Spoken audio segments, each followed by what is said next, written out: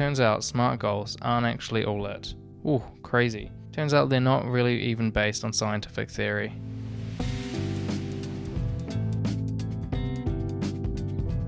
Oh hey girl hey. So I've been procrastinating setting my New Year's resolution by researching how to make the perfect New Year's resolution. But I've finally done it. I actually made one. I'm here to share some of the knowledge that I've actually gained from reading a bunch of papers on how to set goals. And I've got, 3 secret tips on what researchers don't want you to know about setting goals. That's, just for retention time. Please follow along if you want to learn how I made a scientifically backed goal and how it's better than a SMART goal. Oh, scandalous. And yes, my goal is about starting a YouTube channel. Wow, how exciting. Who needs another YouTube channel? Apparently you, because you're watching it. And I guess if you're watching it, that means I've at least succeeded in uploading one video. So, hey girl, hey. So if like me, you still haven't set a New Year's resolution, that's okay. You can start today. I think it's still in January. It's January the 20th or something. So we're still here. You can make them. It's chill. If you have set one, then I hope you're going great at that. You're succeeding, thriving. I'm sure maybe you could find some information helpful. Now you may be wondering, is it even worth setting a New Year's resolution? I initially probably would say no, but after reading a little bit, apparently it is worth it, because they had this study where they compared people who were making New Year's resolutions and then people were just making a goal to change something at some random point in time. And the people that were doing a New Year's resolution succeeded 10 times more than the group that just decided to change on a random day. And the reason why New Year's resolutions are actually helpful, apparently, is because of this fresh start effect, which is pretty much just saying New Year, New You. So there's a paper on New Year, New You. So there's a couple of stats that people throw around, 80% of people fail at the end of January. I read somewhere that only 9% of people ever will succeed in their New Year's resolution. But then there's other papers that say that 55% succeed. Crazy. So there's a large range, which probably means the way you're setting the goal, or the type of goal, probably has an effect on if you're actually going to achieve it or not. Which is great news, because I've read how to make a better goal. So if you were to think about what you have to do to set a goal, you'd probably think you have to make a SMART goal. These bad boys just are everywhere. I remember primary school having to make them, and university were making them. Just everything is a SMART goal, and I don't think people know that there are other ways to make goals. Because, I didn't. I thought it was just a SMART goal. That's the only goal you could do. But it turns out SMART goals aren't actually all it. Ooh, crazy. Turns out they're not really even based on scientific theory. I bet the guy who invented this is rolling in his grave right now. Is he dead? I don't know. He's rolling somewhere. I can assure you of that. So if you're not going to set a SMART goal, then what sort of goal are you going to set? The paper says you can't just go make another acronym, because there's not enough nuance in that, and there's a lot more stuff that goes into it. So I read a bunch of reviews and I read some papers on goal setting, and I came up with an acronym. Wow. Okay, so the acronym to replace SMART goals is BSLAY. Yep, that's it. It sounds a lot cooler in my head. Okay, before we get into it, do I know anything about goal setting science? No, definitely not. I would not listen to me. I've just read a couple of papers and some reviews, and that's about it. But I know more than I did, a couple of days ago, and it's quite interesting, of different ways to make goals that are not SMART goals. So if you're interested, we can go through our SLAY new acronym, BSLAY, and break down what each letter means, and then I can share 3 secret tips that the researchers don't want you to know about goals. Okay, firstly, B stands for broad, and S stands for specific. Now, you may be thinking, am I stupid? Probably. How can it be a broad and specific goal at the same time? Well, you're right, I can't. So what you should do instead is set a broad goal and a specific goal, 2 different goals, and when you combine them, it's good or something. The specific goal is what you usually think about when you're setting a goal. It's obviously specific and tells you what you're going to do. In my case, it would be to film a video and upload it once a week, talking about like a science related thing. So here's the first one. Hope you enjoy. So setting a specific goal is important for boosting your motivation and your performance. You can directly assess how you're doing, and you can tick off your accomplishments like each week and like know that you're achieving them. So this, gives you a sense of accomplishment and then overall helps with your motivation. But the broad goal is defined by like what values you want to have and the lifestyle you want to live, and these broad things like that. So like for my case, the broad goal of this is I want to, bring value to people's lives and talking about science, making it accessible and whatnot. So feel valued, please. So having a broad goal is important for transitioning from starting this goal, making it a habit, and then transitioning to maintaining the goal and making it more your lifestyle. Because obviously you would want it to be aligned with what your values are.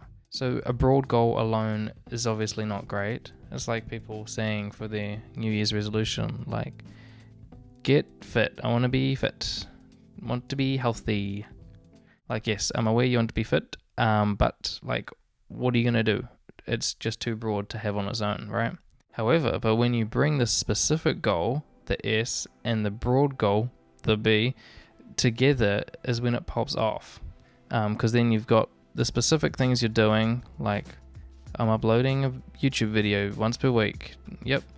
And then the broad goal is I want to make science more accessible. And then you bring them together and then it's like I know why I'm doing it and I know what I'm going to do. Okay, now we're moving on to the L. The L stands for like and subscribe. The L stands for learning-based goals. This means your goal should be like acquiring new knowledge, or maybe developing a new skill, or practicing a routine.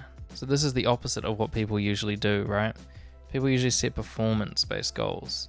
So a performance-based goal is like, I want to lose 10 kgs in a month. Or like a performance-based goal would be, I want to get 1,000 subscribers by, June. But these goals are setting you up to fail, because there's a high chance that you're not going to meet this specific target that you've set. Especially because like, how do you know what your performance should be on something that you're doing that's new? Like, how do I know that I want 1,000 subs? Like, what does that even mean? I don't know what that means. Am I going to get even one person? Maybe. It could be you. You could subscribe. But when you don't reach this like random target that you've set for yourself, you'll be disappointed. You get sad. And you say that you're a failure. You're not. So if instead you set a learning-based goal, like I want to develop the skill of learning how to make a great YouTube video, then it doesn't matter how many subscribers I have by the end of the year or whatever, because I would have succeeded if I've just uploaded some videos, and I'm pretty sure that they hopefully will get better if I'm making more. And if challenges come up when you're doing a learning-based goal, you're like, this is chill, this is just a natural part of learning, things are going to be hard. I spent like 2 hours setting up this stupid camera and light combination thing here. My phone is hanging off the edge of it. There's a circle light. You can probably see the light circles in my glasses. I tried to move it so it didn't do it, but it's hard, right? But because I'm viewing this as like it's a learning experience, like, yeah, it's chill. I can problem solve through something. I can learn something and not feel like trash about it. But if you're setting a performance-based goal, I'll be stressed. Like, heck, I gotta get out there. I gotta make this and get like 20 subs. Okay, so we're gonna skip A for now. Bye. See you. Okay, we'll come back to her in a hot second though. Okay, so now we're gonna go to Y. So I may have had to force the acronym a little bit on the Y. So Y stands for tricky, and the Y comes at the end of tricky. Yes, so you should be setting a tricky goal or a challenging goal. Interesting, right? It seems a bit counterintuitive. Shouldn't you be setting like an easier goal so that you can achieve it? But it's shown if you have a more difficult goal, you'll put more effort into it, and then you'll work harder, and also achieving it will feel like an accomplishment than if you just like had a super easy goal. They say to make a challenging goal, but obviously don't make it too challenging. Like just enough challenging so that it'll spark your interest in actually achieving the goal. So in my case, is my goal challenging? Yes, Yes, I would say it is. I've never had to make YouTube videos and film and edit and publish them. I've never had to deal with people making fun of me in the comments before. So, I mean, go ahead. Tell me how embarrassing this is. Tell me that I don't know anything. Thank you. Appreciate it. But these challenges are exciting, which makes me want to do it. Alright, so here we are. So that just leaves us with the letter A. And A stands for action plan. This is what I think most importantly is missing from the SMART goals. Because there's mainly two parts to a goal. There's the setting of the goal, and then there's the doing of the goal. And they're two very different things, because you can set the best goal in the world, but if you don't have an action plan of how you're actually going to achieve it and do the thing, it's not very helpful just having a goal set, right? So this is where A, action plan, comes in. Okay, cool. So the first part of an action plan is like getting really specific about actually what you're doing. So it's the what, it's the where, it's the when, it's the why. What does that say, Anaya? So this crosses over a little bit with the S specific setting of the goal, but it goes just even deeper than that. So in my case, so like what am I doing? I'm going to make a YouTube video each week. Specifically, I'm doing like a Wednesday to Friday. Maybe I'll research. Saturday, Sunday, I'll do filming or something. Or maybe Sunday to Monday, then I'll edit. Then Tuesday I'll upload it and publish it. So once you have this action plan, you know what you need to do, so you just need to do it. Because the hardest part of...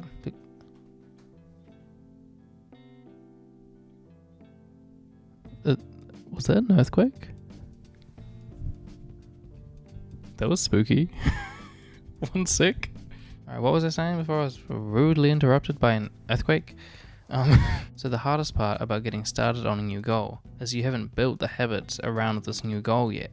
And I'm sure you've got a bunch of old habits that are pushing you against action towards this goal as well. So to overcome these old habits and build new habits based around your goal, you're going to have to be very intentional about what you actually do. The tool for this is called implementation intentions. Oh, sounds fancy, but that's just sort of the title of the paper that they wrote on this. So these pretty much state, whenever this situation arises, I'm going to do this goal-orientated response. So for my case, maybe I'll say once we've finished dinner and put away the dishes, instead of just chilling out and watching TV, maybe I'll get my laptop and then work on something towards the video. Wow, forming new habits with these things. So this is very helpful, especially when you're just getting started with a new goal, to be able to build these new habits. Wowee. So that pretty much sums up the acronym B-SLAY. So let's go through it one more time. So B stands for broad. This is your overarching goal, talking about like what your values are, pretty much your lifestyle. And then you got S, your specific goal. This specifically says what you're going to do. And then the next letter, L. L stands for learning goals as opposed to a performance-based goal. So you want to learn something. You don't want to just achieve a specific random target. The next one, A. A stands for action plan. You need your action plan telling you what you're going to do, and then some implementation intentions, like whenever something happens, I'll do something else that is related to the goal. And finally, Y has, yep, this one's tricky. Tricky ends with the letter Y. Yes, it does. Okay, awesome. So now I'll share 3 extra tips that I found when like reading a few papers. Like these kind of just kept coming up, so I guess they're important. So they are self-efficacy, their flexibility, and then support. So most importantly is self-efficacy. What does this even mean?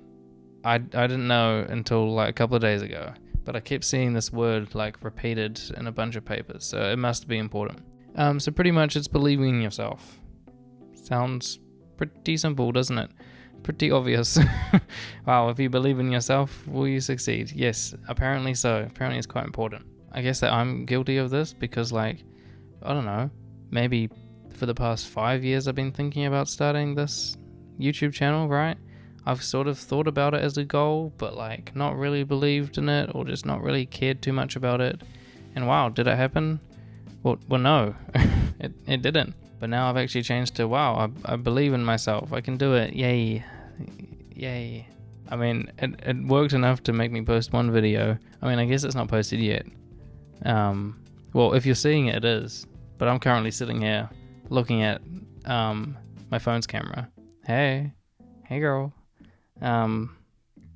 But yeah, so believe in yourself. That's a good one. Okay. Secondly, flexibility is an important factor, and it's linked with increased well-being when achieving a goal. I mean, this is probably important to have a good well-being when achieving a goal. You don't want to feel like trash. What flexibility in a goal is just you're chill. Like, if you miss a day, it doesn't matter. It's okay. You can just, like, if you want to be at the gym every day and you miss a day, don't give up. There's a study that says when you're trying to build a habit, if you just like miss one occurrence of this habit, like you miss a day of going to the gym or something, this has no effect on how fast you form this habit or the habit forming process really at all. So that's great news. So you can miss a day, maybe I'll miss a video, I don't know, but like, don't beat yourself up about it. Finally, the last tip I've got for achieving your goals is to get support, but only a little bit of support. Interesting. This study showed that there was a group of people who had no support, there's a group of people who had a little bit of support, and there's a group of people that had a lot of support, and they monitored them, like how successful they were in achieving a goal. And the group that had only a little bit of support performed much better than the group that had no support and the group that had a lot of support. So this clearly means having some support is good, but not too much. Like, I get it. I feel like that would be annoying if you have too much support. Like, bruh, my goal, I don't need you. So I guess this is sort of quite helpful for me because I would usually never ask for support. So I guess if you want to support, but just like a little bit, you can maybe write support in the comments or something. I don't know. I don't care. Thanks for making it this far through the video. What are you doing? Why are you here? Why do you care? I don't know. But sure, thank you. I appreciate it. So yes, this is my first video. I think I'll be posting maybe on Tuesdays or maybe whenever this come up, but probably Tuesdays. What about maybe sciencey sort of stuff? Unsure yet. It doesn't really matter. I'm just kind of figuring out how to film and edit and stuff. So really not trying to make this for anyone at the moment. I'm just trying to learn how to do YouTube things. So if you're here, thanks. Sick. Okay, thanks everyone. I hope you slay your goals and be slay. Okay, bye.